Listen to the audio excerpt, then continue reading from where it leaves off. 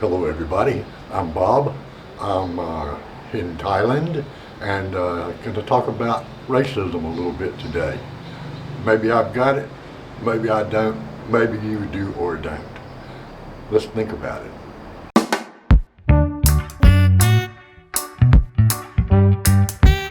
The best starting place I know of is to start by defining what racism is. Racism is the belief in the superiority of one race over another. It may also mean prejudice, discrimination, or antagonism directed against other people because they are of a different race or ethnicity. Another way of putting it is, racism is the doctrine that one's own racial group is superior or that a particular racial group is inferior to the others. Now, if anybody wants to argue about the definition, I suggest you contact the Webster Dictionary Company, as they are the authority on English words, and I've heard they're on the internet. I'm showing some images of what it was like in the 50s and the 60s when I was in high school and college. Some of it may be shocking to those viewers younger than 50 years old. Segregation meant the races living in the same country lived in two or more different worlds. I will add, my family had some Cherokee Indian blood, but getting the family to talk about it was next to impossible. They were embarrassed. Sometimes racist attitudes are so subtle you only slowly realize they're there. Here's a story to illustrate my point. My grandparents were born in the late 1800s. Their parents fought in the Civil War. My grandfather was a college graduate, a church-going man, something of a poet, and ran an 800-acre family farm with the help of sharecroppers who lived in houses on the farm called tenant houses. So, I'm riding along with my granddad in his 1967 Chrysler New Yorker on the 4-lane returning home from a nearby city. I didn't do much one-on-one time with him and was still learning what he was all about. Although he was a farmer, his wife wouldn't allow him to drive a pickup truck because she felt it was beneath their social status. My grandfather was daily seen driving a Chrysler New Yorker around his cotton, tobacco, wheat, and cornfields access roads. He turned slightly toward me, kind of like he was telling me a secret. He said, "You know, I think niggers," which is the word they used trying to be polite at that time, "are as good as anybody." He drives on for a while in silence, and finally he says, "I have the best tenant houses in the county, and if any of my sharecroppers wants a washing machine, a TV, or a car, I go to the bank with them and co-sign the loan." I agree by nodding my head, but I keep quiet. I don't know if this is a test or what. We ride on for a few miles, and he turns toward me and he says, "I just don't think they ought to be on TV." Wow. There are also economic, class, physical, and cultural structures that can lead to discrimination. I had a Chinese Tibetan wife, half Chinese, half Tibetan, and China is a very stratified society by class. So my Chinese wife and I are driving to town in rural America, and as we approach a larger road intersection, one of my neighbors is approaching me on an old Ford 8N farm tractor, pulling a 12-foot trailer with some square-baled hay on it. As we get close, he throws his hand up and waves, and I wave back. My wife is shocked. "You waved at that farmer," she said, obviously disapproving. I attempted to explain the man was a large landowner who farmed a little and had some cows since he retired. I advised her that he had been both the former county commissioner and the former superintendent of education. It meant nothing to her. I had waved at a farmer, and she took it as an assault on our perceived social status. I believe it is human nature to discriminate to a degree. If someone approaches you, first you decide if they are a threat or not.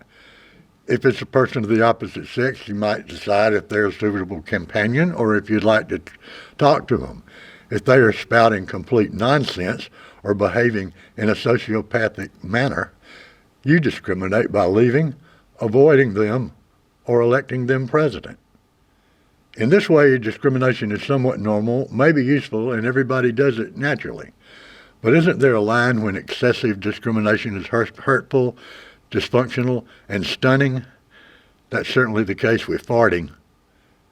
In the story I told you about my Chinese wife, there were obviously lines drawn between the management class and the farmers. These represent a socio-economic pecking order. From the chicken house to the schoolyard, there's a pecking order, and everybody understands it. It can be based on money, physical strength, intellectual strength, or other criteria, but a pecking order exists in every human and most animal relationships. It's also normal for people to have likes and dislikes installed in them at an early age. If your family or friends were very much for separate water fountains, separate waiting rooms, separate theater seating areas, separate schools, separate sports conferences, and separate housing, you might absorb their viewpoints. If you lost out on a job to a person of color, you might begin to resent them and expand your dislike to the entire race or the country of origin. The U.S. Census defines 8 different races living in America. Of course, there are more than that. Nationalism is similar to racism and can also produce a distorted sense of reality. It is often found in propaganda to manipulate public opinion. In the town I grew up in, residential areas were divided into 3 major types. In this case, economics established a pecking order. Mill workers lived in an area called Mill Hill in low to middle class residences. My first crush led to a date with one of my father's good friends. I was shocked when on the way over to their house my father complained, "That girl lives on Mill Hill." I should have remembered my lessons from Leave It to Beaver. Wally only dated upper middle class white girls. By the way, in 6 seasons of Leave It to Beaver, only one African American woman, Kim Hamilton, appeared in the 1903 episode The Parking Attendants as a maid. The main black population of my hometown was located across the railroad tracks near the black high school. Except for tenant farmers, and most of the residences were smaller and cheaper than Mill Hill homes, and infrastructure was lacking. From potholes that rarely got maintained, fewer street lights, if any, and a lot of unpaved roads, the black area of town just got less of everything. The remaining population lived on the country club side of town, with the largest houses, public parks, public sports fields, good infrastructure, and the best schools. At that time, Mexicans were not a racial issue in my part of the country, and the only Mexicans I had ever seen were on Walt Disney movies. So I'm sure I missed some of the American racial experiences other people experienced, as I was somewhat sheltered where I was brought up. My dad worked in a bank and my mother taught veterans just back from World War II. I worked as a country club lifeguard before I left for college, and blacks didn't go to public swimming pools in the 50s and 60s. I also coached tennis, but until the great Arthur Ashe came along in the mid-70s, blacks didn't play tennis. Then something unusual happened. I got involved with concert sound, lighting, and transportation. Black musicians made up a significant number of my clients, including Prince, Kool and the Gang, B.B. King, Rick James, Luther Vandross, Gladys Knight, and the Pips. And they don't know what a Pip is either. Cameo, Mother's Finest, Whitney Houston, Brick, quite a few more. The situation was that on a concert tour, the black crew and the white crew were on the same team with the same objectives. Everybody was needed to make the show happen. We didn't compete with each other for the jobs. We arrived and everybody did the jobs they specialized in.